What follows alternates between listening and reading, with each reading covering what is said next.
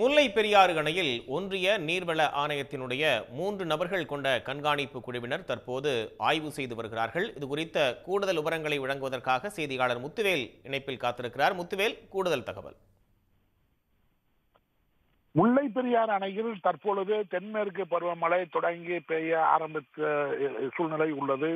இந்த நிலையில் முல்லை பெரியாறு அணையினை உச்ச நீதிமன்றம் 2014 142 அடியாக உயர்த்தி கொள்ளலாம் என்றும், அதனைத் தொடர்ந்து மத்திய நீர்வள ஆணையத்தின் பொறியாளர் தலைமையில் ஒரு 3 நபர் கண்காணிப்பு குழு அமைக்கப்பட்டு, அந்த கண்காணிப்பு குழு அணையினை மானிட்டரிங் பண்ணி, அதாவது கண்காணித்து அணையின் பராமரிப்பு பணிகளை மேற்கொள்ள வேண்டும் என்று ஒரு தீர்ப்பினை வழங்கியது.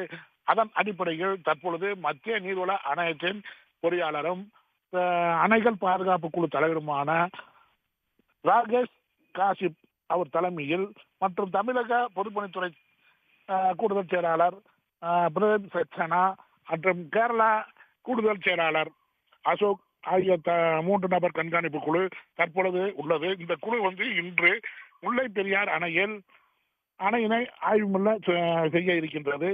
காலை 10 மணி அளவில் தேக்கடி படகு துறையிலிருந்து படகு மூலம் இந்த குழுவினர் அணை பகுதிக்கு சென்றனர். பிற்பகல் 12 மணி அளவில் அணையின் மெயின் அணை, பேபி அணை, மண் அணை, மதகுகள், அதாவது தண்ணீர் உபரி நீர் வெளியேறக்கூடிய 13 மடகுகள் மற்றும் கசிவு நீர் வெளியக்கூடிய கேலரி பகுதிகளை ஆய்வு செய்கின்றனர். இந்த ஆய்வினை தொடர்ந்து மாலையில் குமுளி பகுதியில் உள்ள துணை கண்காணிப்பு குழு அலுவலகத்தில் ஆலோசனை கூட்டம் நடத்துவார்கள். அந்த ஆலோசனை கூட்டத்தில் இருதரப்பு அதிகாரிகளுடைய கருத்துக்களை கேட்டு அந்த கருத்துக்களின் அடிப்படையில் முல்லை பெரியாறு அணையில் பராமரிப்பு பணிகள் மேற்கொள்ளப்படும்.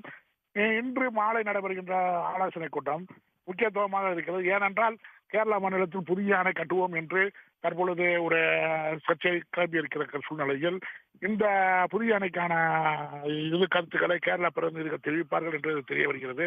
அப்பொழுது தமிழக பொதுப்பணித்துறையர்கள் தங்களது எதிர்ப்பினை வெளிப்படுத்துவார்கள் என்று சொல்லப்படுகிறது. இந்த கண்காணிப்பு குழு நாளையும் ஆலோசனை கூட்டத்தை நடத்த இருக்கின்றது. உடனுக்குடன் செய்திகளை தெரிந்து கொள்ள சன் நியூஸ் பெல் ஐகானை கிளிக் பண்ணுங்க.